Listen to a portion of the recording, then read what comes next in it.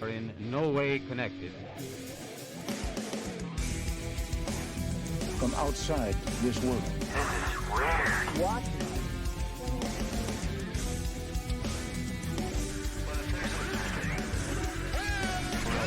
Back in less than a second, right? And that's just a truth. Government has made contact with intelligent extraterrestrials.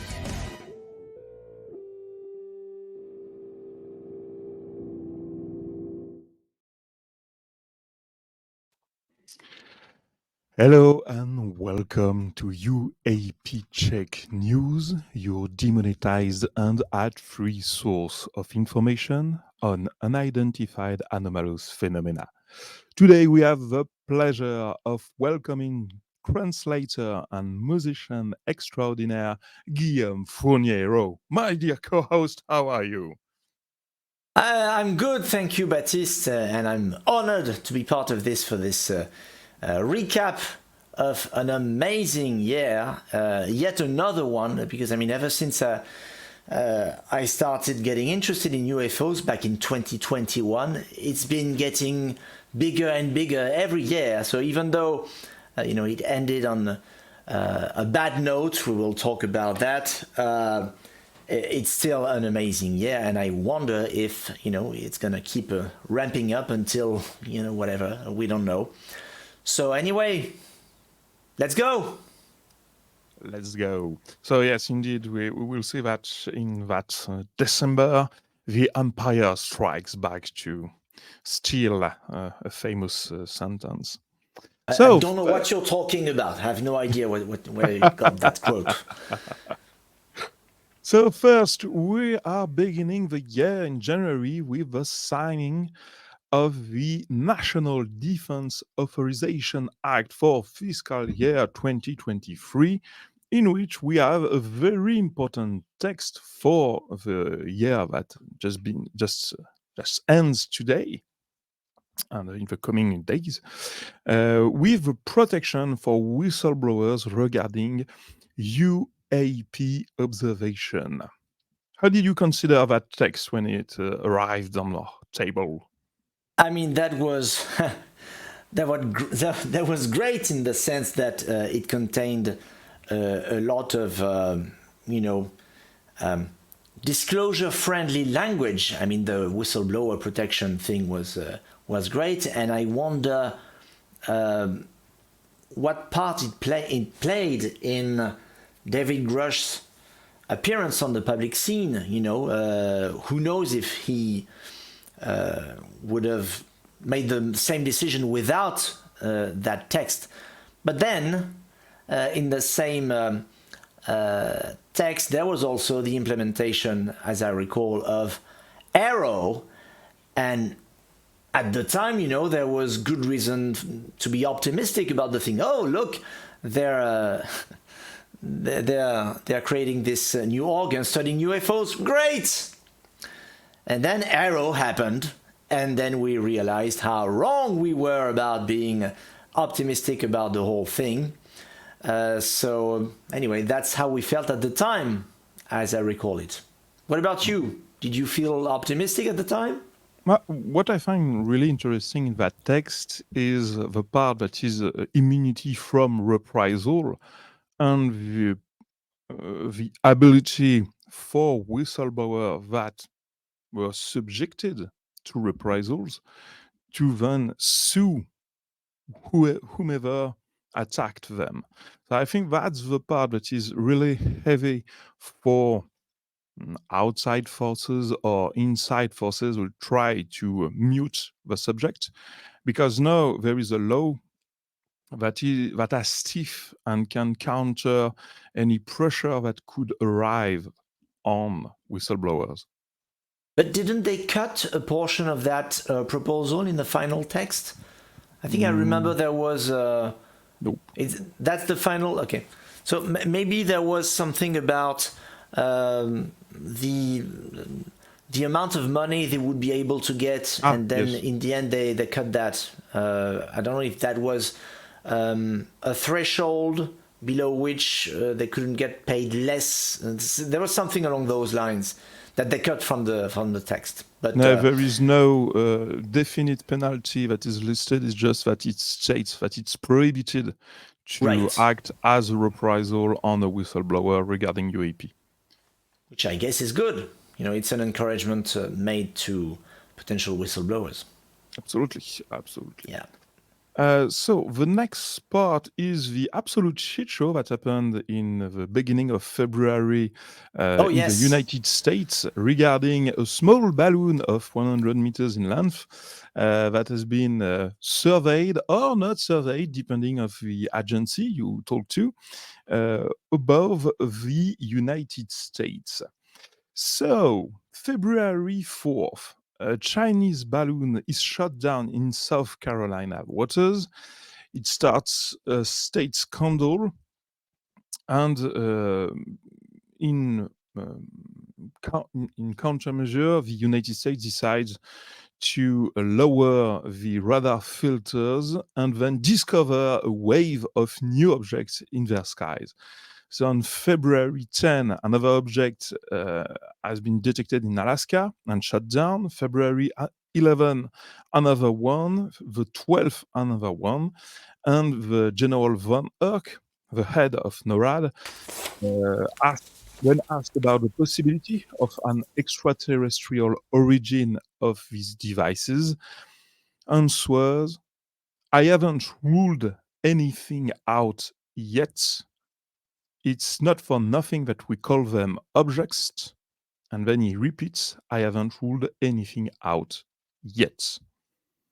So what do you think of that, my dear Guillaume? I mean, of course, in itself, it's a crazy statement if you haven't been paying attention, because if you add all the names of officials or ex-officials who have spoken up about the reality of the phenomenon and the fact that it's unexplainable if you consider that it's human-made, it's just, yet another official saying that. But I mean, if you go back like 70 years, the original director of the CIA said as much, and the guy even created or at least participated in the creation of an organ to fight for pretty much disclosure. So there really is nothing new. It's just that it's the latest guy to talk about that. So I mean, there's a huge list of officials to be written up. I'm sure it's there somewhere on the internet. But if people start paying attention, if the media start paying attention, there's a lot of very, very important and official people saying UFOs. Oh, sure, of course, that's a thing. So that's the most infuriating thing. But I'm intrigued at something that you said, the way you recounted the balloon events. So, if I understand you correctly, first there's this one Chinese balloon, which leads the US to lower the radar filters, and then all of a sudden they find out, oh look, there are 3 other objects. They shoot them down, or we're not sure, and then nothing since then. Apparently, I mean, we haven't heard of other balloons. That the last thing we heard about it, if I'm not wrong about this, was back in February. So why? I don't really understand that sequence. Oh, look, one Chinese balloon, then all of a sudden, boom, boom, boom, 3 new ones, and then that's over. I don't get it. No, that's very true. So there has been a lot of inquiries since then to discover what really happened between January and February in the North American skies. And it has been a real shit show. I'm using that word in full knowledge of it. So, first, immediately following the statements from General von Erck, we have 2 White House press conferences that followed in quick succession. Then a statement from President Biden declaring that there is no evidence that it is extraterrestrial and that they are probably weather balloons.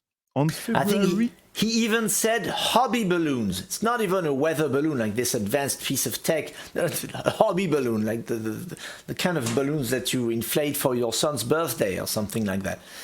So, I mean, think, crazy stuff. in the meaning of hobby balloons, it was because there was one amateur association that was launching very basic weather balloons and reported that one was missing. But a few months later, they discovered it again, so they found the missing balloon. So it wasn't one of theirs. All right. So then, September 5, a declassified confidential memo shows that the Prime Minister of Canada was informed on February 14th by the American services that the nature of UAPs intercepted was unknown and that recovery operations were underway by Canadian authorities. Then, September 26th, investigative journalist Rose Coulthard states that according to his sources, at least one of the objects, if not two, would be anomalous, and that according to witnesses on the ground, a cylinder-shaped object was hit but not shut down. And then a few days ago, we have a full NBC investigation that revealed the intricacies of the situation for the United States, as Van Herk didn't have authority to order the shutdown of the UAP, and that order came directly from the White House. So that's posing a lot of questions on how UAPs are dealt with, because following that PR nightmare in the United States, President Biden ordered his national security advisor, Jake Sullivan, to create a specific group under his own authority to deal with UAPs at the same time that the Arrow was properly created. And the Arrow stating that that type of objects had nothing to do with its own level of inquiry regarding UAPs. So it has been an absolute nightmare, I think, inside the United States Council, because as it is stated in the NBC article, there is a lot of dissent among the higher level of the administration, because it has created a large amount of tensions with China on the international scene. And compared to a very low little level of threats actually posed by the Chinese balloon. But it's missing the point that that great NBC article about the investigation regarding the Chinese balloon is completely missing the point of the three other objects that were shut down, that we still have no pictures of, we still have no debris recovered of, while there were ground investigation to recover debris. So it's still an unsolved question today. Yeah, and the absence of footage of those objects that were supposedly shot down by F-22s and one F-16, if I remember correctly.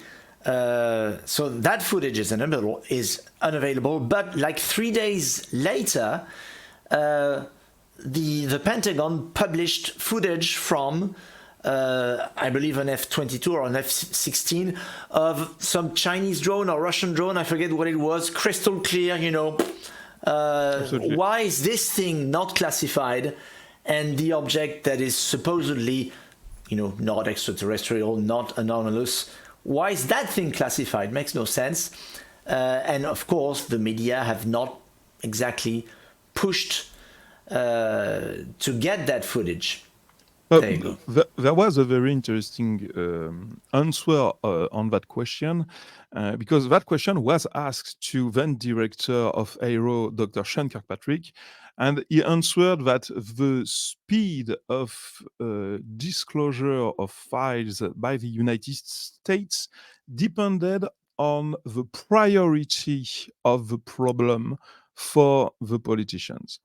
So he hinted that tensions with Russia and China were much more important than UAPs.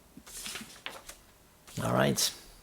So then we have a very interesting paper that has been pre-published by Harvard chairs of astrophysics, Dr. Avilab, and our dear Dr. Sean Kirkpatrick, head of ARROW and name physical constraints on unidentified aerial phenomena.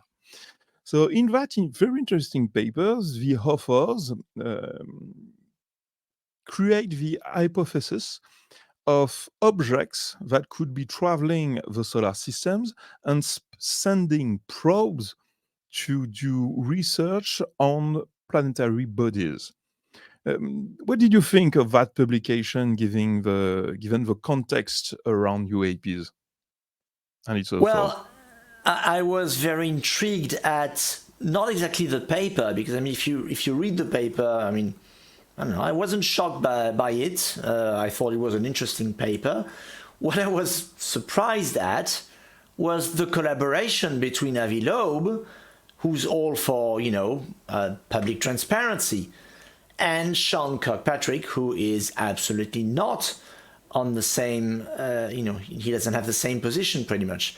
And what's interesting to note is that during his latest appearance, Sean Kirkpatrick said that he actually never gave his approval for the publication of that paper. So I don't know what that means. Did Avi Loeb steal Sean Kirkpatrick's notes? Did he send them without asking him? I don't understand, but somebody needs to ask Avi Loeb about this, because I'm really curious to find out what happened. Absolutely. So it was March 7. So that paper clearly stated that extraterrestrial. Just say fucking ET. Nah, I will succeed. Extraterrestrial origin could be a possibility. And then April 19th, the same Sean Kirkpatrick is heard by the Senate Armed Services Subcommittee during a hearing on unidentified anomalous phenomena. And it was chaired at the time by New York State Senator Kirsten Gillibrand. And during that hearing, he states that metal spheres are common, shows interesting maneuvers. He shows a survey method that goes from conventional crafts to extraterrestrial origin. States that NASA has a role of consulting agency, so the ARROW is the only authority agency on UAP. And he then states that he lacks legal authority to access government data under intelligence services possession. What did you think of that first hearing by Dr. Sean Kirkpatrick?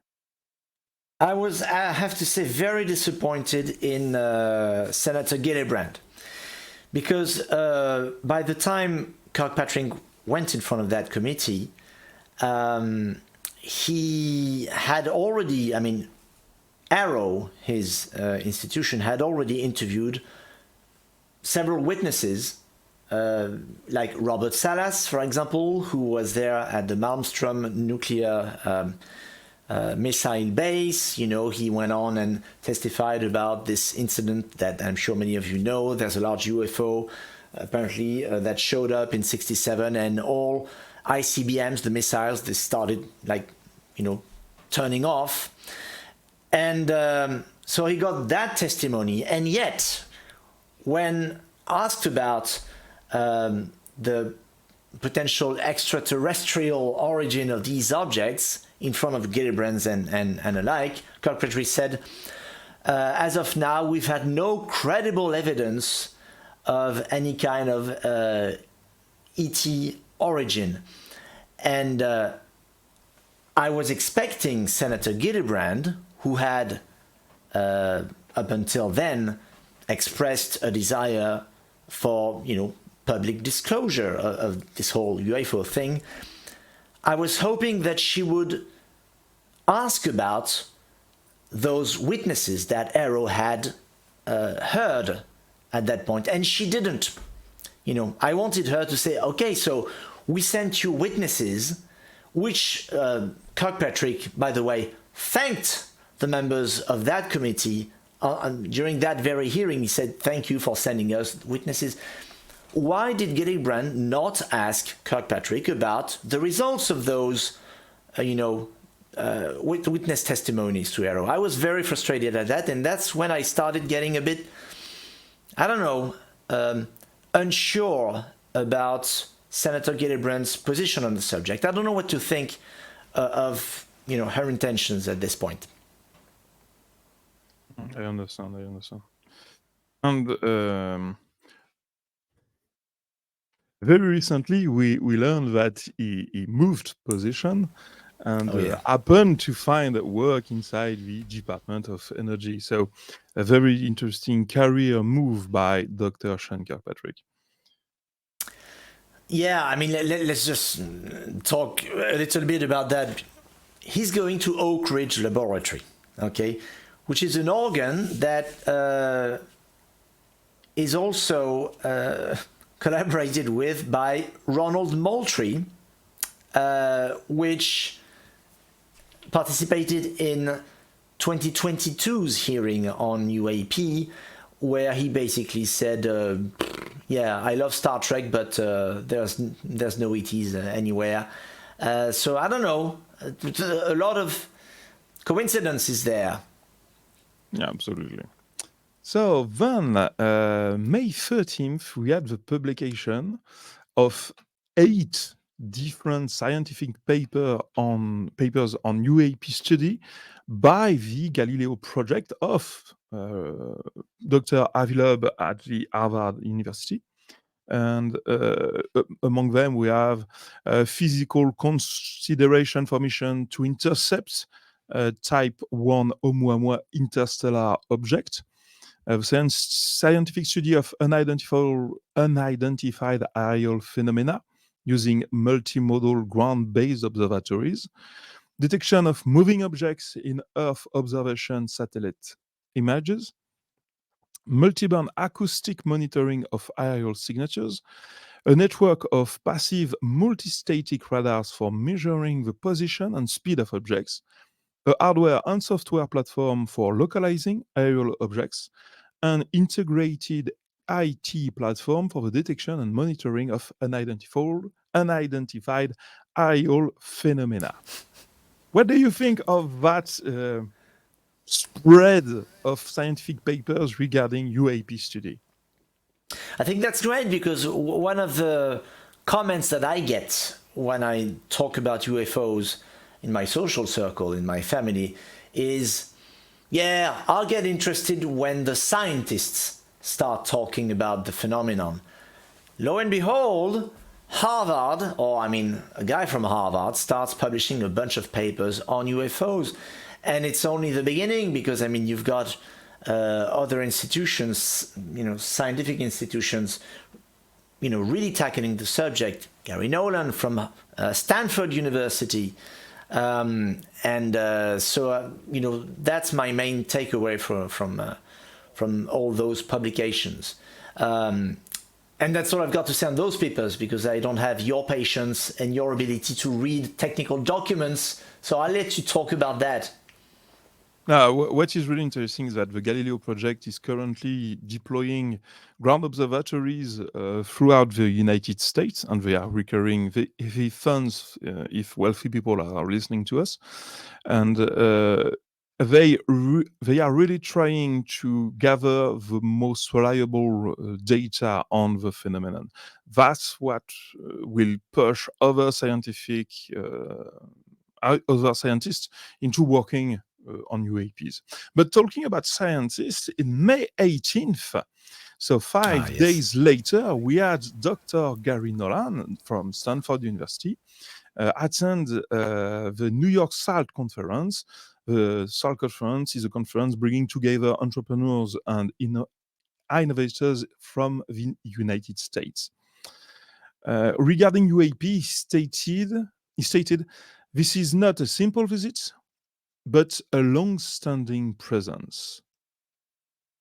He then stated that he's 100% that it is there, and he's not the only one. What do you think of that? Yeah, I love the 100% part because I mean, there's always like a cushion, a comfortable cushion of doubt or hesitation that anybody is going to use when speaking in front of the cameras. What do you think of this UFO thing? Do you think it could be extraterrestrial? Do you think it could be non-human? Oh, I think considering the vastness of the universe, blah, blah, blah. Yeah, no, Gary Nolan is not one of those people. Gary Nolan just goes, oh yeah, sure, of course they're there. 100%, no doubt about it. I found that so refreshing. And Gary Nolan is just so great in front of the cameras. I mean, God, I am praying for, that one day Stephen Colbert and people like that, the talk show hosts, start finally inviting Lou Elizondo, who's also great in front of cameras, and Gary Nolan. That would make for amazing segments, and they're very good at compressing incredibly complex thoughts into sound bites. The 100% is an amazing sound bite, and so there you go. That was an amazing moment for me. Absolutely. And then we arrive at the big event. So June 5th and June 11th, we have an article by Leslie Ken and Ralph Blumenthal in The Debrief. They are the two authors behind the 2017 article in the New York Times, and they interview David Grush. Guillaume, who is David Grush? Who's David Grush? Well, David Grush, it's very simple. David Grush is the person of the year. And if Time magazine had guts, they would put him in front of on the cover of their magazine, of course. So David Grush is, a colonel, an army colonel, who then started a career in the intelligence community. He had all the secret clearances that you can think of. He handled the official White House briefing on something like that. And anyway, so he was a very trusted official in spite of his incredibly young age. I mean, the guy is 36 now. That's younger than me. I feel so shitty when I look at David Grush's resume. So anyway, the guy decided to actually resign from his job to become a whistleblower and to tell the world, first the Inspector General of the DOD and then the Inspector General of the intelligence community and then Congress about the purported existence of an illegal program involving retrieval of crashed objects and back engineering of those objects. And apparently it's illegal because there is no oversight by anyone in Congress. And that, of course, is not possible because at least you're supposed to have those gang of 8 members, 8 members of Congress, who are supposed to, produce some kind of surveillance over those things. But apparently there's been, if you are to believe David Grush and his 40 testimonies heard in the course of 4 years, that is apparently happening for real. So that's who David Grush is. Absolutely. So June 5th, we have the article in the brief, and then June 11th, we have a full interview by Ross Coulthard for News Nation that interviewed David Grush, and we learn more about the fact that not only crafts are supposed to be recovered by the United States, but also their pilots. Guillaume. Yeah. What was your heart rate at that point in the interview? I was kind of watching myself watching the thing because I mean I knew there were going to be bombshells dropped during that interview. you just wondered which ones. I have to say, I was giddy but not surprised at the mention of UFO, flying saucers, pretty much.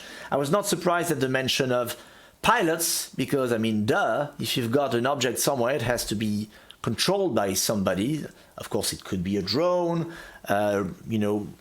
controlled from a distance, sure, but at least there is some kind of intelligence behind it. So I was not surprised at that. What I was surprised at is, when Grush started talking about the Nazi bell, which is this, it's been part of the UFO lore for a long time, but for most people, it was like, a fantasy, an extension of what many of us, thought to be true, like Roswell. Yeah, okay, some guy at some point transformed, what happened in Roswell in this kind of fan fiction. Sure, the Nazis would have worked on UFOs. That it turns out, if you listen to Grush, that it actually happened. 1933, he talks about a UFO retrieved in Italy and then taken into custody by the Nazis. And then the OSS, OSS, was that the name of the former CIA? Is that it? Anyway, think so, yes. I believe it's the OSS, was tipped off by the Pope about the fact that Italy had a UFO. I mean, that sounds so crazy. And yet, you look at the pedigree of David Grush, his incredible CV, and the people who are saying that this guy is legit. Because in the article that Baptiste has just briefly showed you from Blumenthal and Keane, it's not just about David Grush. There's also a bunch of other people actually vouching for the guy. There's Colonel Carl Nell, if I remember the name, that's right, who's another huge guy in the army, saying, yeah, David Grush is, absolutely credible, etc., etc. So, yeah, to me, the most surprising thing was the 1933 UFO, because that predates, of course, Roswell, which many people consider to be the original crash retrieval case. But not only 1933 apparently happened. In a later interview, David Grush said that actually I mentioned that case from 1933 because that was the one I had submitted, to the authorities for disclosure, and they said yes, so that's why I can talk about it. But that doesn't mean that it's the oldest one. So that means there are even older cases of crash retrievals. So yeah, that's food for thought. But then we had a darker side that's rise 2 months later, because August 9th, Klippenstein published in The Intercept an account of Grush's depression upon returning from service in the US Army that triggered a post-traumatic stress disorder. Klippenstein later admitted that intelligence contacts told him where to find the documents recounting this episode. What do you think of that? Well, that's interesting because people like Klippenstein criticize Grush for, giving so-called second-hand information and not giving, the source, to the public, the source of their information. But Klippenstein certainly isn't going to give his sources to the public, but I would certainly like to know exactly who in the intelligence community tipped him off. So I think there are kind of two standards here. You can say that there's no such thing as, secret sources.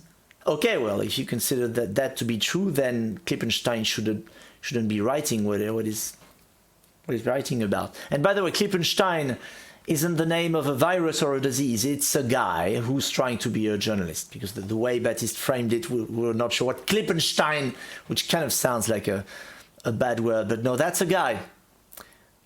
There you go. So then, June 12th to 16th, We had the AIAA conference on UAP with Ryan Grace, Peter Reilly, Akan Kayal, who has now his own study group on UAPs in the IFEX at the Würzburg University. On June 16th, we had the French Aeronautical and Astronautical Association organizing a conference through its Sigma 2 technical committee regarding signals obtained from UAPs. So I think it's really interesting to have these heavyweights on the field that are organizing yearly appointments regarding UAP, because that's what is structuring the scientific field and research on the subject. So we can scientists can share data they gathered during the year, and it's for the last 2 to 3 years, I think, the AIAA has been organizing conferences regarding UAPs, and it's a very old tradition for them, because back in 1978, there were already in the AIAA conferences regarding UFOs, and that's that type of conferences that the Roswell case was made really public to a larger extent by Stringfield. So I think to have these conferences is absolutely fundamental for the scientific research and structure of that research going forward. What do you think of it? Yeah, I mean, of course, I think it's great that, many different organizations tackle the subject. Because not everybody can enter one particular group. I mean, we've had the GEPAN for 50 years, and we pat ourselves on the back in France. Yeah, we're the first ones to have this official. But the subject hasn't really advanced. Even though we've got that thing. So I think having several organs is certainly going to help, particularly serious ones like the one you've just described. And that's all I have, Baptiste. We begin the large part of the drama that is ongoing today with the Schumer Amendment. My dear Guillaume, what is the Schumer Amendment? It's a heartbreak. That's what it is. It's heartbreaking because, I mean, when we discovered the language for the first time back in July, that really felt, when you were reading it, it really felt like a finish line for the disclosure process. With the presidential review panel, that with, of course, the caveat that, the president had to agree, but still, the potential for full disclosure or almost full disclosure was there. And of course, as everybody knows by now, there is no presidential review panel. That particular thing has been killed. And to me, that was the one thing that was the real meat in that bill, the review panel. And also, of course, there were, I believe, 22, something like that, mentions of the terms non-human intelligence, which is absolutely crazy. Non-human intelligence. I believe it's still in the final text, but there's just like one mention of it. So it's not as unavoidable as it was in the original language. So it is encouraging in the sense that the very existence of that bill in its original form shows that there are people in Congress who are very involved in the idea of disclosure to the public, even though the bill didn't pass, I mean, it passed, but not really, the whole thing was stripped of its, main strengths. But I mean, if you, once you digest the gut punch, you realize, we are progressing. We are making huge progress. and it's getting better and better every year. So come on, don't cry. All right. And it was July 16th. I mean, from July 16th to the very last days of December, it was a really hard battle on that amendment at every stage. It has been quite amazing to follow that subject for the past 6 months because we understood the great struggles of the American politics, specifically on UAPs. I mean, it's just light in the sky, but the amount of pressure and the amount of rollback there were on the amendments honestly shows how some people inside the United States really don't want that amendment to go through. And it shows it's not just lights in the sky. Yes, I mean, it's light in the sky when you don't know the subject. If you just read what is UAP in the text, you say, wow, okay, it's light in the sky. It shouldn't matter in the debate of the NDAA. It's nothing compared to the other part. We are talking Israel-Hamas war, we are talking Ukraine war, we are talking forthcoming China war. I mean, it's really... It's much more based subjects than just lights in the sky. So it shouldn't have that status of importance for lawmakers in the United States. But when you realize the amount of pressure there is against, that's when you realize that that subject is really important for some people. Exactly. But aren't elected officials. Yeah. So then we have John F. Kirby, July 17th, that states that UAPs are actually disrupting armed forces training. And John F. Kirby is then coordinator of communication strategies for the National Security Council, the highest group regarding national security in the United States administration. Isn't it weird to have both Kirby stating in February that it's just weather balloons, and then in July stating, yes, they are disturbing armed forces training? What do you make of that? Well, I mean, I think it just... what happens between the two is David Grush, I think. Even though, David Grush is not everywhere in the press, particularly in France. By the way, we're French. In case you haven't noticed, with our accents, we are French. We are not English or American, okay? So anyway, I guess the fact that the... I need to interrupt you. Okay. Because France was the only country on earth to cover Grush statements in the full first page of a newspaper. And kudos to Gaël Lombard and Le Parisien for their work. Absolutely. Le Parisien, which is, the Parisian in French, the number one, news outlet, serious news outlet, mainstream outlet, if you like, tackling the UFO subject. So yeah, you're right. Kudos to particularly that guy, Gaël, whom I met at the ECHO conference and who's great. Anyway, so where was I?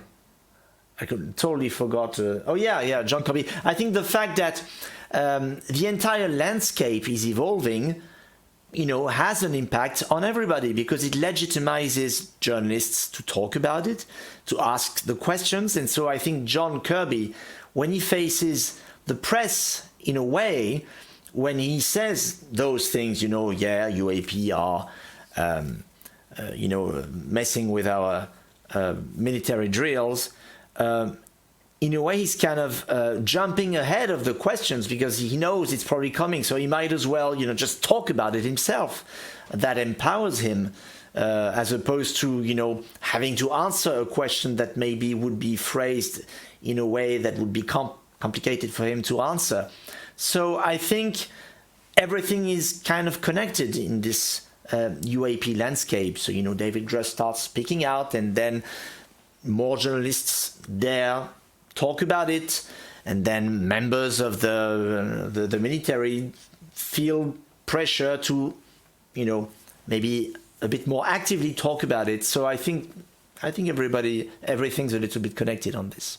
What do you think? Did you have another interpretation for John Kirby's words? Oh, I think it just shows how political pressures are acting on the administration. Because just one day before, you had that statement from the Schumer amendment, stating that Schumer is one of the highest political representative in the U.S. Senate. So I think it just shows the National Security Council acknowledging that the legislative power in the United States acted upon UAPs and they obeyed. So then we have in July 26th the hearing before the House of Representatives with David Fravor, David Grush, and Ryan Graves, with now Grush's testimony now given under oath. What was the most striking to you in that hearing? The simultaneous presence of Alexandria Ocasio-Cortez and Matt Gaetz, who represent, the two Americas, pretty much. To the best of my knowledge, UAPs are the only topic where both parties actually agree upon. I mean, I'm not an American. I don't follow, what happens on a day-to-day basis other than UAP. But it seems to me that they've been opposing on everything, by just because, the Democrats say something, I'm a Republican, I'm going to say the opposite and the other way around. On UAPs, that doesn't exist. The lines are, somewhere else. It's not between the two parties. It's somewhere else. So that was, to me, the most striking thing.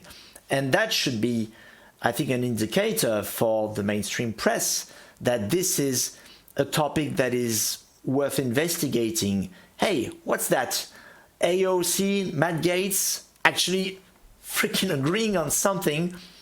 And also, this hearing was organized by Tim Burchett, who co-founded this informal UAP caucus, which contains Republicans and Democrats.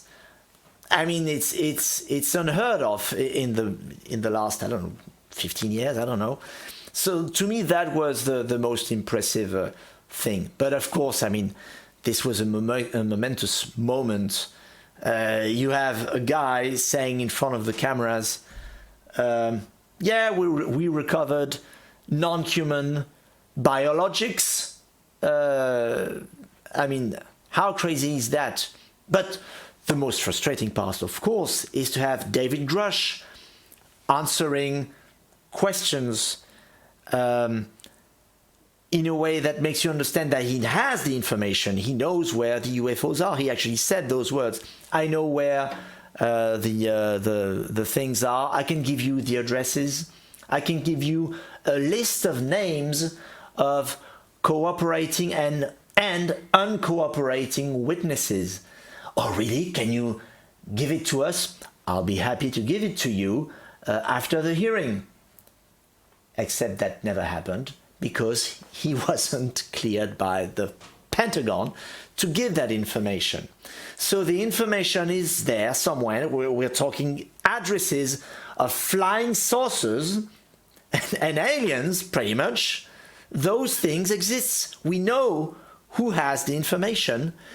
And because of red tape,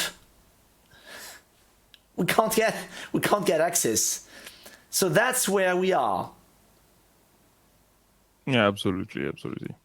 What interested me the most was a statement he gave, just one sentence statement, when he stated that he was working at the time for the NRO and the NGA, and as such used the resources of the United States intelligence agencies to look for UAP for the UAPTF, the previous incarnation of the Arrow group. And everybody has been launching torpedoes at him for not showing first-hand knowledge of UAPs. And in a recent interview with Joe Rogan, he stated that he couldn't talk about it because it was under review by the DOPSA, the agency responsible for the release of information to the public.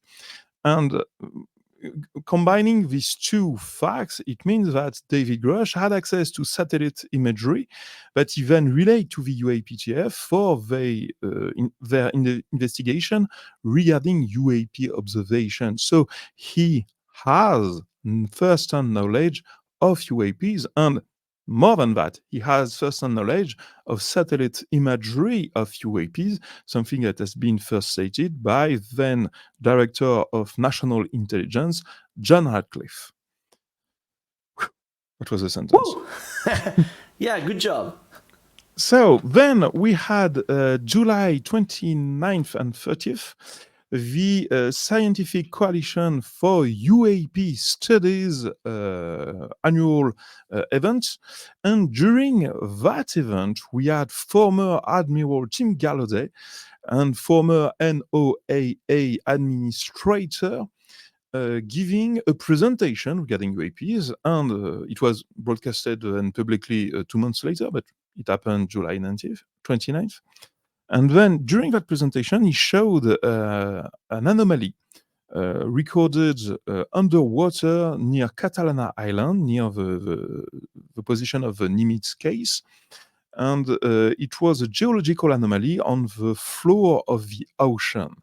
And I found that really interesting because he was in one of the highest position inside military intelligence, and he is currently looking for USOs in the US territorial waters.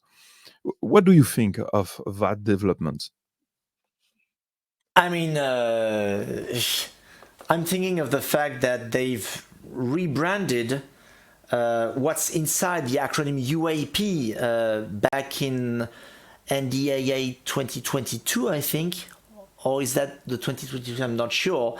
UAP used to stand for Unidentified Aerial Phenomenon, and then it switched to Unidentified Aerospace Phenomenon because they figured out, the tic-tac went from 80,000 to sea level 80,000 spread space. All right, so that's clearly both in space and in the atmosphere.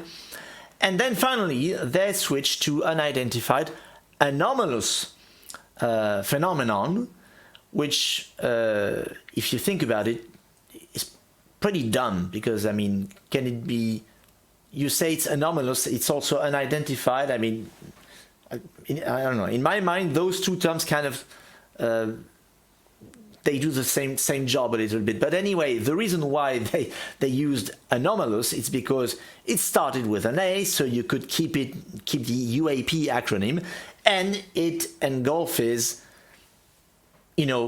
every medium: space, the atmosphere, water. So, I'm not really surprised to hear about Tim Gallaudet's foray into underwater phenomenon. Your turn, Baptiste. Was that too short? I'm looking for. No, I just had it under my eyes, but it disappeared. So then we have August 9th, the broadcast of 10 videos from border security of the United States. And what was really interesting was that amongst that whole debate at the time in the middle of summer, so when usually there isn't that much attention regarding the press, we had the Customs and Border Patrol release these videos along with 387 pages of reports.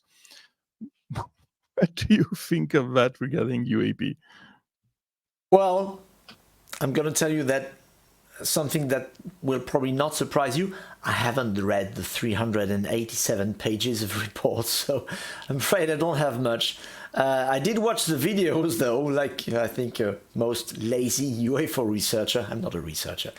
I think I just remember that one of the videos was debunked like a few days later as being probably just some balloon. I don't know. What did you think about it? I think they were a bit late because most of the videos were already leaked by the. What was the agency? It was the. I think it was the Homeland Security, but I'm not sure. I would have to check back. I think it was the DHS. And among one of these videos, where was one really interesting, it's nicknamed the Rubber Duck video, and the yes. SCU we talked about did a full analysis on the video and showed that it was truly anomalous.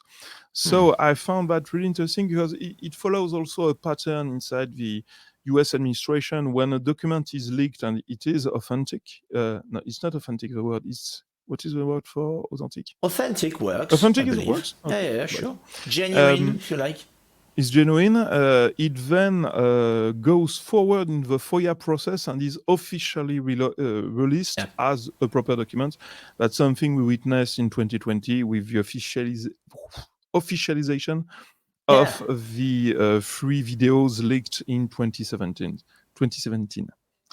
So I think that process we are witnessing is that when the agency holding the data don't care about it, they just release it to avoid further complications regarding FOIA requests.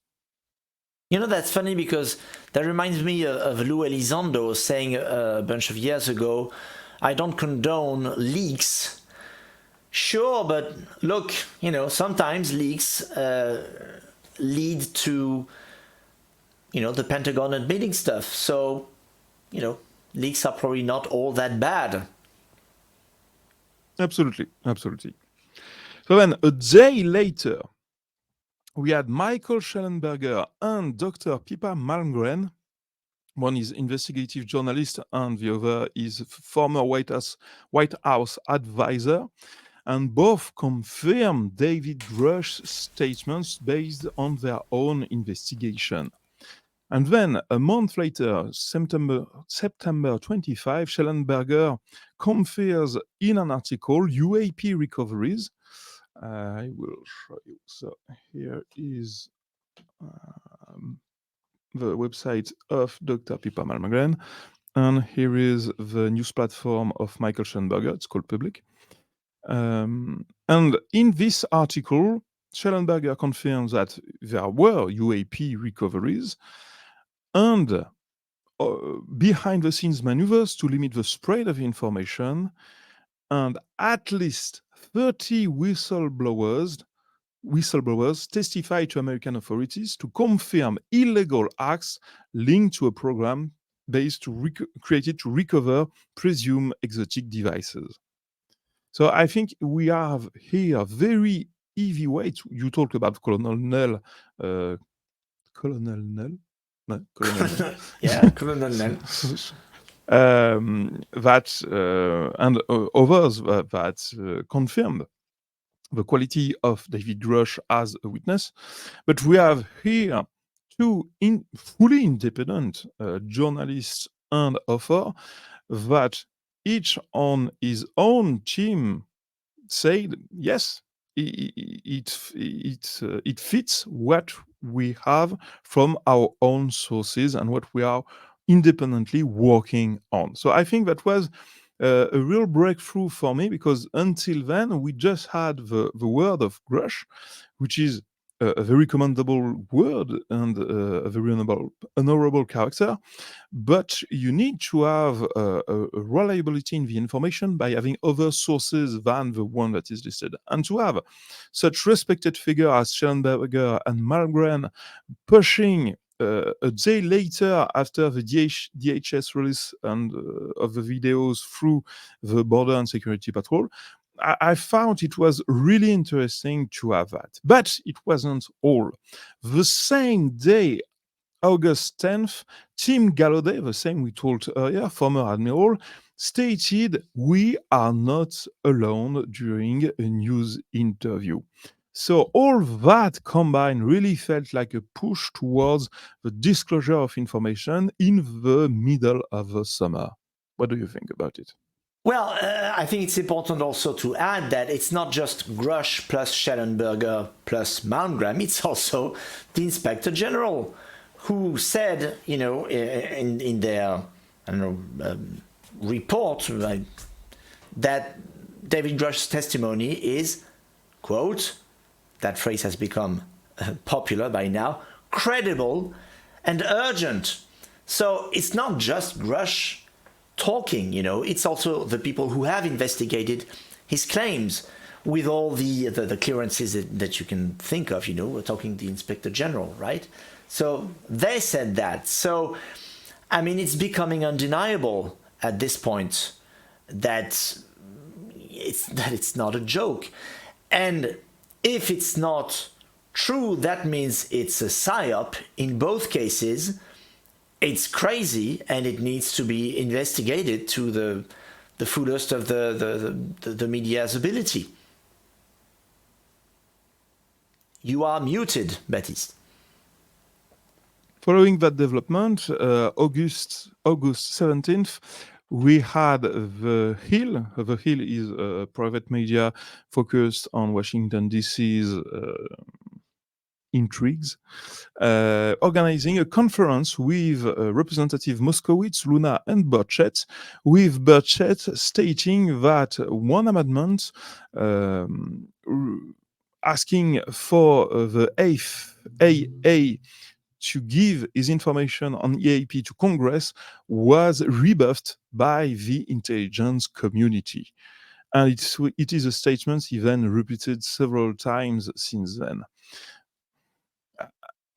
There is two parts in that. First, I find really interesting that The Hill created a conference on UFOs with legal authorities. And then we have a statement by an elected official that the intelligence community is actively blocking proposals for laws that are benign. We are just talking about the FAA giving information about UAP to the Congress. What is the harm in that? True. And also, on a side note, this is not democracy. Absolutely. I mean, how can the intelligence community block a bill? That's not a thing. That shouldn't be a thing. That is called corruption. Or I don't understand the whole thing. They can when it regards information regarding national security, but here we are talking about civilian aviation using civilian radars. Yeah. So there is no ground. There should be no ground to intercept that. Yeah, no, that's bullshit. So 5 days later, we have a letter from the same Tim Burchett asking Inspector General Monheim of the intelligence community to provide information relating to the investigation he led into David Grush. A month later, September 16th, Monheim's cryptic response could be interpreted in any way possible. Yeah. I mean, that letter is unreadable, impossible to understand. I don't get what information is behind those words. The letter says, yes, we've received your request. We have processed it. Have a nice day. That's pretty much what it says. So I don't understand, because you've got first the same Inspector General saying David Grush's allegations are credible and urgent, and then when asked about it, they say, yeah, we're not going to talk about it. I don't get it. What does that entail? Has the Inspector General been intimidated by somebody? Is he part of a cover-up himself? Is there another reason that I'm not understanding? I don't know. What do you think? I think they had no choice because they were forced to reply because it was an official request by an elected official. Sure. But they couldn't reveal information from their investigation because it was still ongoing. So I think they did what they could with what they had, and that gives you that text that is once. So it's 1 page long, but you have one sentence as an answer that isn't an answer, and the rest is just blurred information. So But I mean, does the letter say we can't answer because there's an ongoing investigation? no, because that would prove that there is an ongoing investigation, something they can't say either. Okay. They can't say anything, to be honest. So that's why I'm so puzzled by that letter. But there was a response in a few days before the final deadline. Yeah. So then, in August 29th, we had... I removed it. We have the results of the Galileo project campaign to recover UAP debris in the Pacific. So during the summer, Dr. Loeb, with private investors, created an expedition to recover fragments from an object that is supposed to be originating from outside the solar system. And that could be a UAP. He then recovered these debris, sent them to laboratories to have a proper analysis of them. And he found in the compounds of the debris some hints of elements that could hint toward an origin that could be artificial or from another solar system. What do you think of it? I mean, I think that's. I'm still puzzled at the ability to show up in the middle of the ocean and find tiny spherules. I don't understand how you can achieve that. You've explained it to me several times, and I still don't understand how it works. But apparently it works. So great. So to be honest, these spherules are on everything on Earth. It just showers every day spherules from meteors that are coming and self-destructing inside the atmosphere. What is interesting is to find spherules that have atypical compounds inside of them, and in these spherules he found lanthanum, beryllium, and uranium. That is quite extraordinary for compared to basic spherules you can find everywhere. So that's why he can create the hypothesis that they can come from an artificial origin or from a very, very different solar system than ours. So, I mean, that's great. Look, scientists, and I mean, Neil deGrasse Tyson complains, or I'm sorry, he bitches about lack of scientific evidence. You know, scientists are interested in evidence. You know, that's what he keeps saying. Well, look, you've got a guy who shows up in the middle of the ocean looking for evidence. So I think people like Neil deGrasse Tyson should be on that ship, you know, as opposed to complaining that there is no evidence. Go fetch the evidence, right? You're supposed to be curious about, you know, anomalous phenomenon. That's in my book, the definition of a real scientist, a researcher. You're supposed to be curious, and that guy's not curious. I'm sorry, I hadn't planned on going on a diatribe against Neil deGrasse Tyson, but it's so easy. Very, very neutral as journalist. So August 30th, we had the launch. Are you calling me a journalist? I'm flattered, but no, I'm a singer / translator / teacher. So that's who I am. So I don't give anyway. So, August 30th, we had the launch of the official website of the Pentagon's UFO Examination Intelligence Office, the ARROW. And Yeah. Look at this inside, beauty. it's just wonderful. Yeah. So much aesthetics.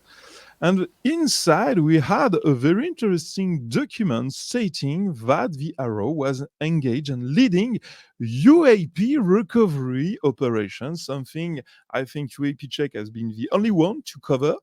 And I have no idea was nobody's talking about that document that is the official statements of the mission of the Arrow, and it clearly states we have a program to recover UAP objects. Yeah, that's absolutely crazy. So there is a UAP crash retrieval program. It's called Arrow now. Now, what it said on the slide that you just showed, can you put it up again? Sure. Yeah. Leads UAP recovery planning and execution in close collaboration with Arrow S&T Group. What's the... Science and technology. Science and Technology Group. All right, so there is a Science and Technology Group inside Arrow. That sounds like, quite a big organization. An organization that is now officially looking for UAP, looking to recover UAP. To me, that's really not coherent with a director telling the Senate, we have no credible evidence that there is ET somewhere, after hearing Bob Salas and other people. There's a dichotomy between what we can read on this page, on the Arrow official website, and what the director of the Arrow says. I don't know, it doesn't make sense to me. I agree. It doesn't either to me. Then September 12th, we had the hearing at the Mexican Congress on UAP with experts Robert Salas, Ryan Gray, Dr. Avi Loeb, Michael Vaillant, Ronnie Vernet, Andrea Simondini, Representative Asakawa Yoshiharu for Japan. The goal was to propose the establishment of a law so that the Mexican state officially recognizes the presence of UAP. Unfortunately, it was erased in the press by the presentation of mummies allegedly coming from Peru, and which has just whom just launched Peru, which Peru, who just launched a criminal investigation to find out how they could have arrived in Mexico. Mexico, Yoshibaru. Wow, you can pronounce Japanese, you can pronounce Spanish, and you can sometimes pronounce English as well. Sometimes. Yeah. No. Yeah, you have to agree that Baptiste is doing a great job as a multilingual journalist. So what did you make of this Mexican hearing? Well, I remember I woke up early in the morning that day because I have young children and that happens sometimes, and I went, oh, hey, I'm awake. Maybe I can get a glimpse of the Mexican hearings before it's over. So, I get my phone, I go to YouTube, I see our friend Michael Vaillant, who is part of this channel, by the way. He's the, kind of the boss, something like that. And he was speaking in front of the Mexican Congress. And then he stops reading his notes and he's kind of looking to his left. And everybody stops talking. There's kind of a pause in the entire thing. And after 15 seconds, Michael starts speaking again. But you can tell that he's distracted a little bit. That's because in the middle of his speech, Jaime Maussan's guys had started, setting up the mummies to display them right after poor Michael's speech, who was completely confused.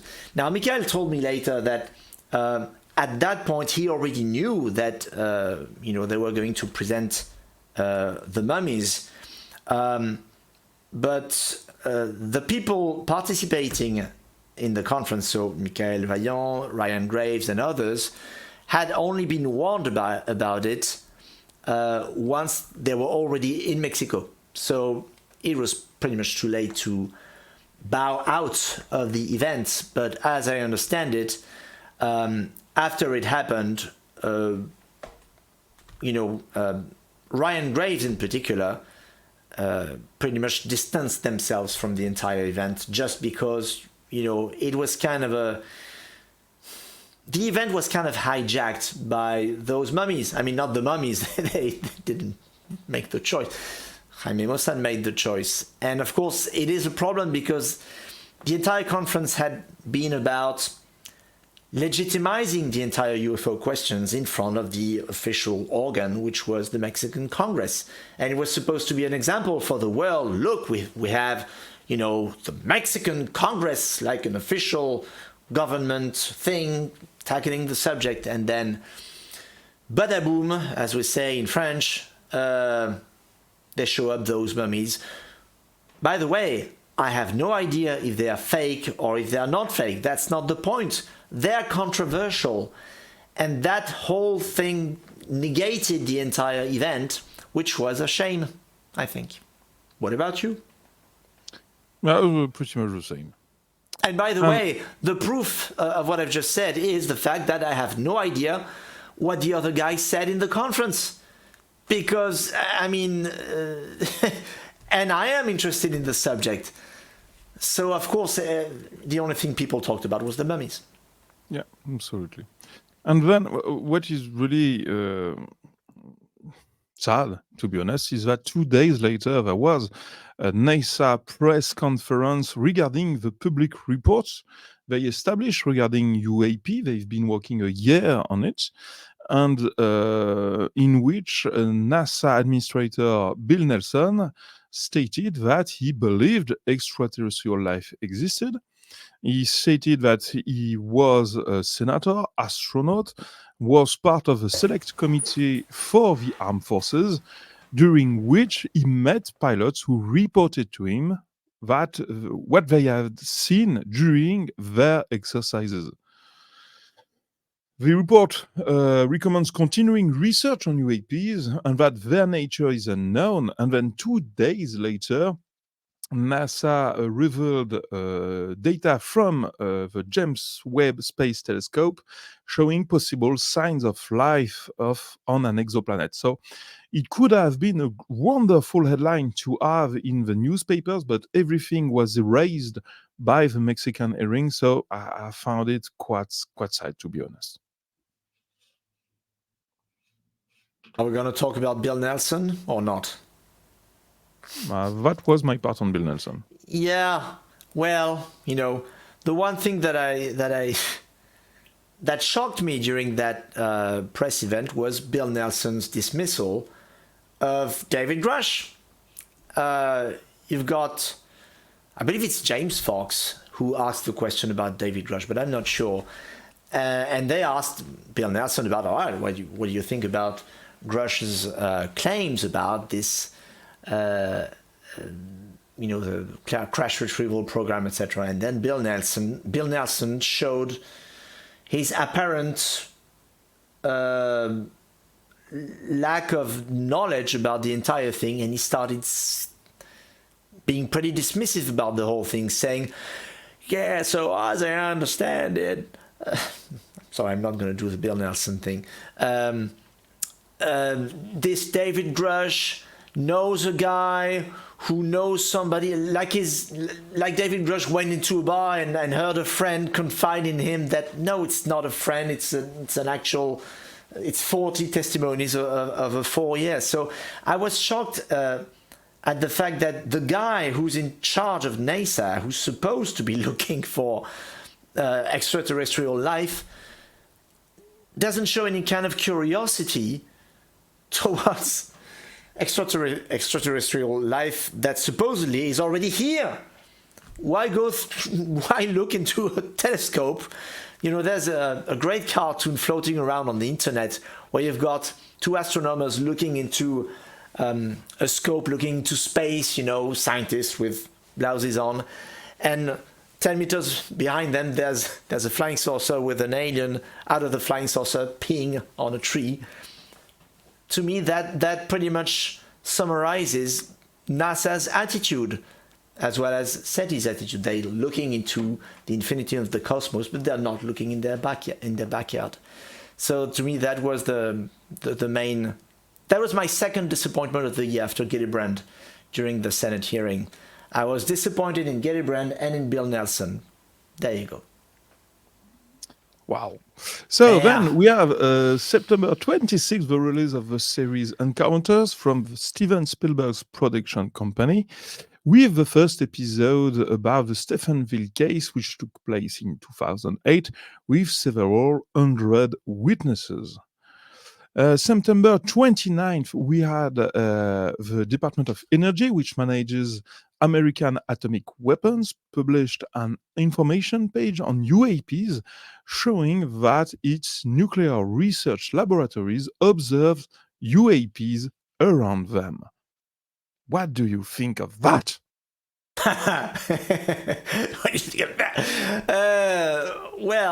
I read some of the reports that were displayed on that website, and there's one report involving one object, with, per the witness, rotors and no lights, which makes sense if you're, say, a foreign power trying to spy on American nuclear installations. You don't want to be seen, so you don't produce lights. But then you have other incidents where you've got silent objects, disc-shaped, silverish, with lights. Now, I think that contrast is very interesting. The very fact that there are lights on an object shows that it's probably not China spying on a nuclear facility. You don't want to be seen. Or, and I know I'm trying to anticipate what Baptiste is going to say. He's always trying to, come on, don't play coy. You don't want to be seen unless you want to show that you have the technical ability to be there. Okay, maybe, but I don't think you can have both. You can't both send an invisible object or object you want to be invisible and another object around the same period with lights. I don't know. So to me, that says that some of those objects were, as they say, anomalous, and as I say, non-human. What about you, Baptiste? I agree. What is really interesting to me is that these UAPs are witnessed in the area of the most sensitive assets possible in the United States. That is really the point for me. So then we had so we were in September 29th. So we are jumping 1 month ahead.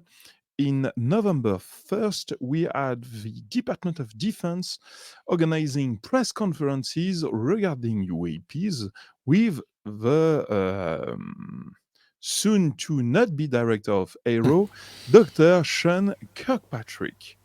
And during that press conference, Dr. Sean Kirkpatrick contradicted former Director of National Intelligence John Radcliffe regarding the recording of images showing UAPs captured by satellite. How do you explain that dichotomy between the two?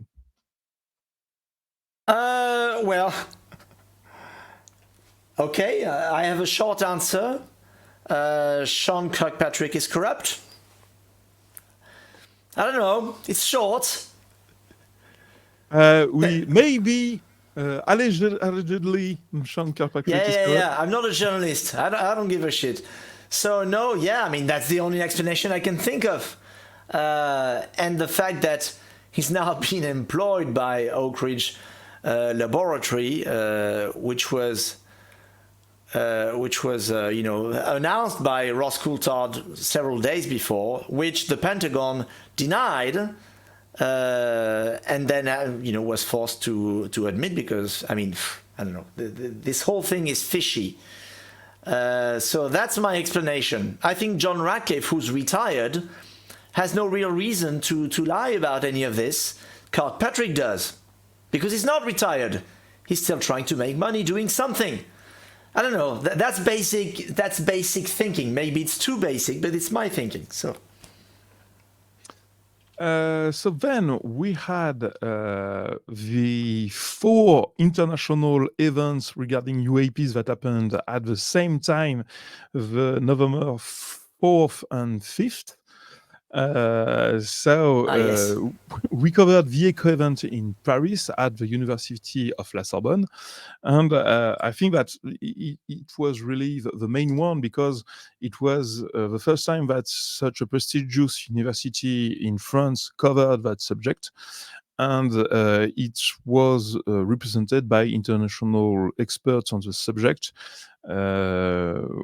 On a scientific light, under a scientific light.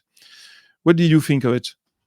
Yeah, I think people watching really need to understand what the Sorbonne represents in France. Of course, most people don't know what the Sorbonne is around the world, which is normal. But in France, it's the most famous and most prestigious university. So that in itself is very significant, because the fact that, a bit like Harvard allowing Avi Loeb doing his research, many years after trying to deny John Mack doing his, the fact that Stanford has no problems by now having Gary Nolan, being so public about his UFO research, and now the Sorbonne allowing to have this event held, in its buildings, is, I think, a sign of the times. Institutions, even prestigious ones, are not afraid anymore, or much less so. And also, I think the fact that there was the word Sorbonne attached to the ECHO event allowed the press to talk about it, because then it had the serious university stamp of approval on it. And so journalists didn't have to display a suspicious enthusiasm for the UFO question to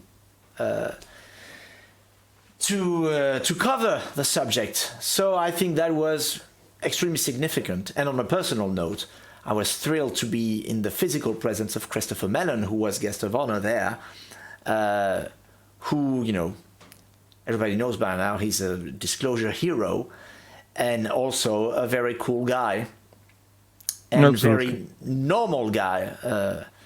I think, whenever I listen to the guy, I feel, he's just some normal bloke and he's doing his best. And that's great. So the ECHO event was amazing, and there was Jacques Vallée, which is a god for UFO nerds like us, and he's French, and he's famous even in the United States UFO communities. So we feel proud, which is stupid. I have nothing to do with Jacques Vallée, but we're still proud. That's how pride works, I guess. So that was a very significant event, and also a great opportunity to talk to other very interesting people. And people were a bit less afraid of talking about their experiences, as, normally would be the case. When you're in a private party, it's as you know, it's complicated to talk about UFOs. When you're at the ECHO event, nobody gives a shit. Everybody knows we're all crazy here. So, I remember being waiting in the line to enter the place. All I had to do to hear a UFO story was to ask the guy in front of me or the guy behind. And I got like maybe 3 or 4 different UFO testimonies. So that says something about the intensity of the phenomenon. Now, of course, there's a bias there because it was a UFO event, of course. But still, I don't think it's UFOs are as rare as people think. So anyway, that was my experience of the ECHO event. What was yours, Baptiste? Oh, it was fine. I was covering it for the debrief, and it was a real pleasure to talk to all the guests there because it's of course figures, and we talk with them along the way the past years. But it's always nice to be able to meet them at one point face to face and not through internet. So I think it was really interesting to have a character that you could talk to and not just a picture of someone. What really was my takeaway, that we are all humans and we do what we can. Yeah. To be honest. So next we had the confirmation of the Mexican law on UAPs. Followed by the question asked by Representative Asakawa to Japan Ministry of Defense regarding UAPs. At that point in time, they discovered the subject. Just because he asked question, they were aware of it and will look into it in the future. More about it later. And then we had the Seoul conference and Joe Rogan interview a few days in between. It didn't switch screens, sorry. Check. Up, Representative Asakawa. So I found very interesting that we have the two next to each other. So right now we don't have officially access to the information of the Seoul conference. We just have one slide that has been leaked about disclosure. I think it was interesting to have that many people and experts gathered at the same point, looking to push towards public disclosure of information regarding UAPs and the scientific investigation and social implications of such a disclosure at the scale of an entire planet. I'm not sure I condemn the secrecy of the recordings because they are still not available today, and it's been 1 month. So I'm wondering why they are being held, but it's a common occurrence for conferences to only give access to the recordings after time has passed. Sadly. And that's what the ECHO event did, by the way. They recorded the entire thing, and then so yeah, it is common. And then we had the David Grush interview by Joe Rogan, who he revealed that yes, he had first-hand information regarding UAPs that were going through DOPSER for possible release to the public. And he explained the struggles the Schumer Amendment was subject to in the Senate and the House of Representatives examination and counter-examination. I think that's still the most interesting interview he gave since the beginning, because we are still digging through everything he said and finding new information. So I can recommend that interview to any people wanting to know more and to have current information. It was just a month away. Then we had a masterpiece by the Daily Mail with Josh Boswell, Chris Sharp, and Matt Ford, with the announcement that the CIA had a specific office called the Office of Global Access to recover UAP crafts. Yeah, I mean, that's crazy. That's crazy, and that's also delicious to have the name of the CIA, printed out as being behind one of the potential alleged biggest cover-up of all time in human history. There, I said it. Because, I mean, once you start delving as a modest UFO researcher into the topic, after about 2 minutes, you realize the CIA is behind it. Because in 1952, the Robertson panel, convened by the CIA alongside the US Air Force, decided that the topic had to be ridiculed, which proves A, that UFOs are real, B, that there is a cover-up, C, that the CIA is behind it. So we all know that this is the case. I mean, we, the people interested in the subject, but the majority of the people have no idea that the CIA is behind everybody's by default attitude towards the subject. I mean, when you think about it, it is nuts. The entire human population has been educated by the CIA, pretty much. I mean, that's what happened. It's just it's there on the official documents. If you go to the freaking CIA website, their own website, it's written right there, and nobody's talking about it except us. So that is absolutely infuriating. So every time I see CIA in an article, you know, picturing them as the bad guys, pretty much, it gives me joy. Well, what I find really interesting is that a few months ago, there was a former CIA operative that was doing all the run of podcasts. And when he was asked about UFO, he said, "Oh, it's not in the CIA. I would have heard about it if it was in the CIA. Or if it's in the CIA, it's a very, very small group of a few people that are dealing with it." And then, like 3 months later, we have a front page from the Daily Mail saying they have a full team to recover them from the CIA. So, my dear Andrew Bustamante, I think you can reconvene your thoughts on the involvement of the CIA on UFOs.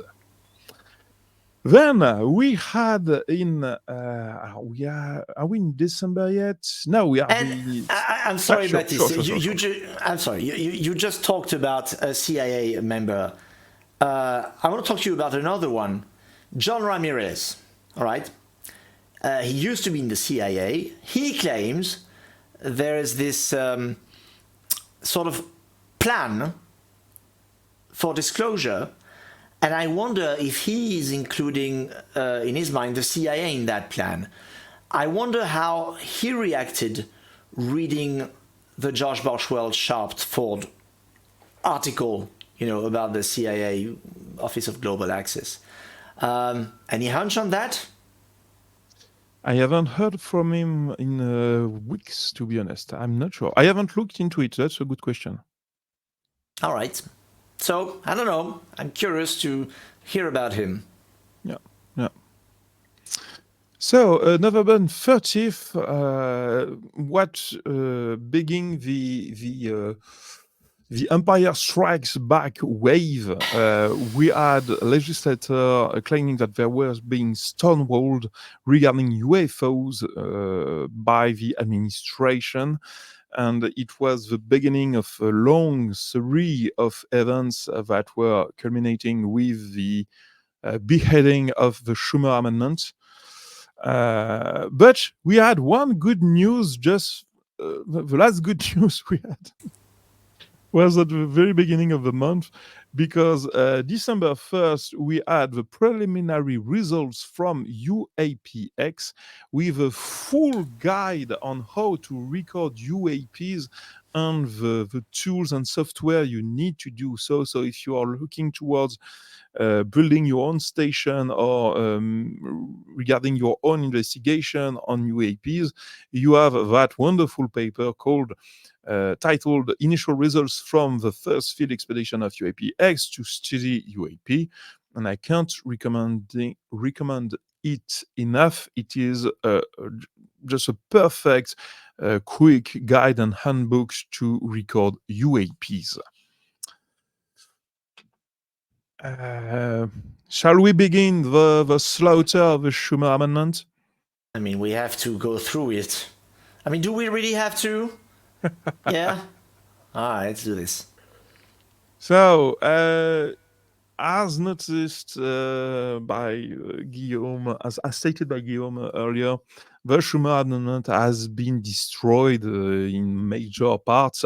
What is left of the Schumer Amendment is just the creation of an archive on UAP documents, but it only asks each director of each agency that could possibly hold UAP archive to transmit the archives to a central archivist in the National Archives. That's a lot of archives in the same sentence. There is not really teeth to that amendment. There is not really obligations to it. So compared to the original text that proposed to create a committee to declassify information en masse regarding UAPs, it's only the shadow of itself. And we also add it had insult to injury with Biden's signing the NDAA, which contains and holds the Schumer Amendment, but adding in his signing a specific clause stating that only information that could not endanger national security could be transmitted to the National Archives. So I will let you give your own thoughts on that before concluding. But I mean, that's an opportunity to speculate on Joe Biden's position on UAP disclosure, because I mean, I don't think anybody really knows what's in his mind. Some would say if anything's left in his mind, because I mean, he's been very silent on the subject, and there was one question from a journalist at a press conference, I think 1 year or 2 years ago, about UFOs, UAPs. He cracked a joke and he ran off the stage. And that's all he did. And the press went, ha ha ha, and they applauded, and everybody went home.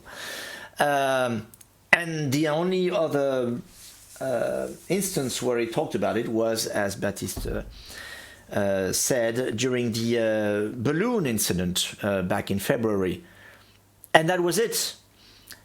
And then we've heard a bit of speculating from some people on Twitter and elsewhere regarding Biden's potential involvement in the drafting of the Schumer bill. Some people said, yeah, I mean, of course, Schumer has Biden's blessing.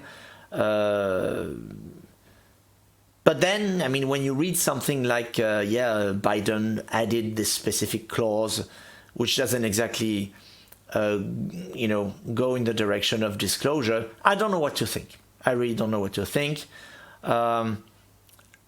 And anyway, even if the bill had passed in its original form, it would have really produced interesting effects if the president had been, in support of public disclosure of UAP documents and whatnot, which leads me to believe that you can you can vote any bill you like. If the president doesn't make the decision to disclose stuff to the public, nothing's gonna really happen from the government anyway. So on a personal note, and even though of course we don't want to be political in any way, I mean not partisan, and I'm not partisan, but I mean, I keep going back to this notion that we just talked about the CIA being the bad guy pretty much in terms of covering things up. And then you happen to have a presidential candidate who accuses the CIA of killing both his dad and his uncle. So, I mean, if there's one guy who would probably not be against confronting the CIA on some bad stuff they did, that would probably be that guy. And I'm not naming anybody, so, no, it's RFK. We can state there his you go, name. Kennedy. There is no problem. But yes, sadly, what you just said has been proven in the last few days, because we just had two release of information, one from the Navy, one from the Space Force. And the Navy has released 109 pages of reports that are all completely blacked out. There is not a shred of information to recover from them. And the Space Force just completely denied access to any information regarding fast walkers and slow walkers, what are the new names of UAPs and UFOs designed to prevent FOIA requests. So in both cases, the reason for denying access to information was national security, so the utmost and vital necessity of national security, which points out to the fact that UAPs are considered vital to national security, which is interesting in itself. But in both cases, we have complete blackout of information from the United States, and it was at the very end of December. But to finish on a good info, Yeah. a spirited ending. We just had more information coming out from Japan with Representative Asakawa able to have a second meeting with Japan Minister of Defense Kihara and the Japanese Minister of Defense stating, we must pay close attention to events related to the security of our country, including UAPs. And then later, Representative Asakawa showed a full report sent by the Minister of Defense to him, showing what Japan was doing regarding UAPs, and that they were looking into creating a specific office on UAPs for Japan. So that's an hopeful information for the next year. So to conclude these 2 hours of news review, my dear Guillaume, what do you see coming in 2024? Let me get my crystal ball, or should I say my metal sphere, and I'll look into that.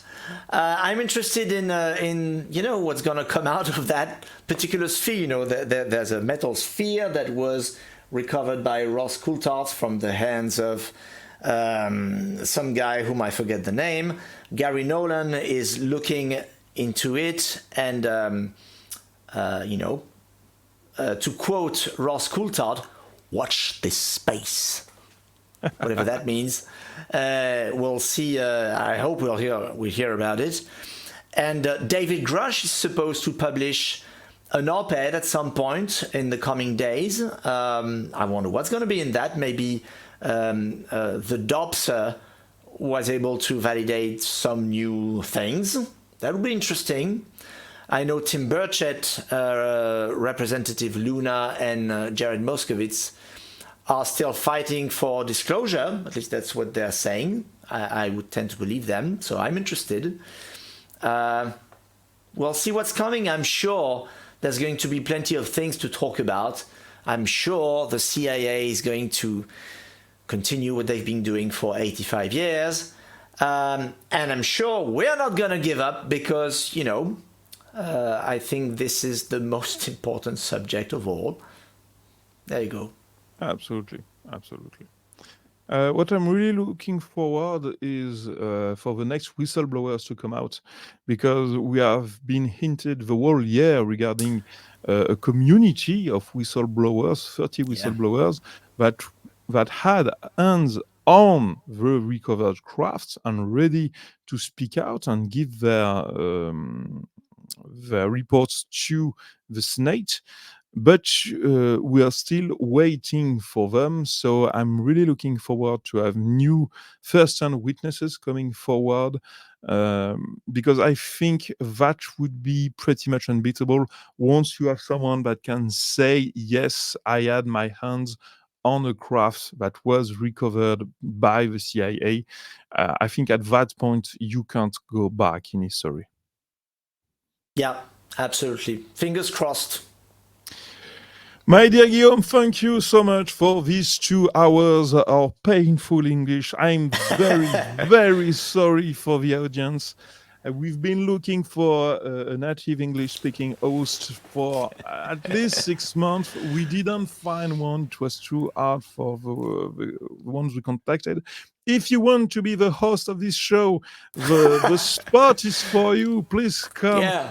It's a really a hard burden for us to do that in both French and English. So UAP Check is recruiting an English-speaking host. If you're interested in the subject, we give you every bit of information we have, and you're free to do what you want. And if you think the French accent is sexy, write it in the comments of the video. That's also nice to read. You know, that would warm our hearts. Absolutely. Yeah. Merry Christmas to everyone. Happy New Year if you see that video in a few days. And we see you next week in English. Guillaume, thank you and goodbye. My pleasure. Bye.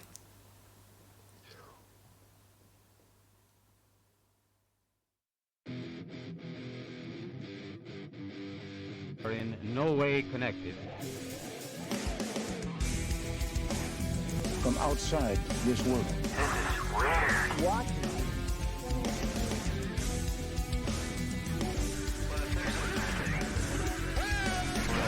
Back in less than a second. Right? And that's just a truth. Government has made contact with intelligent extraterrestrials.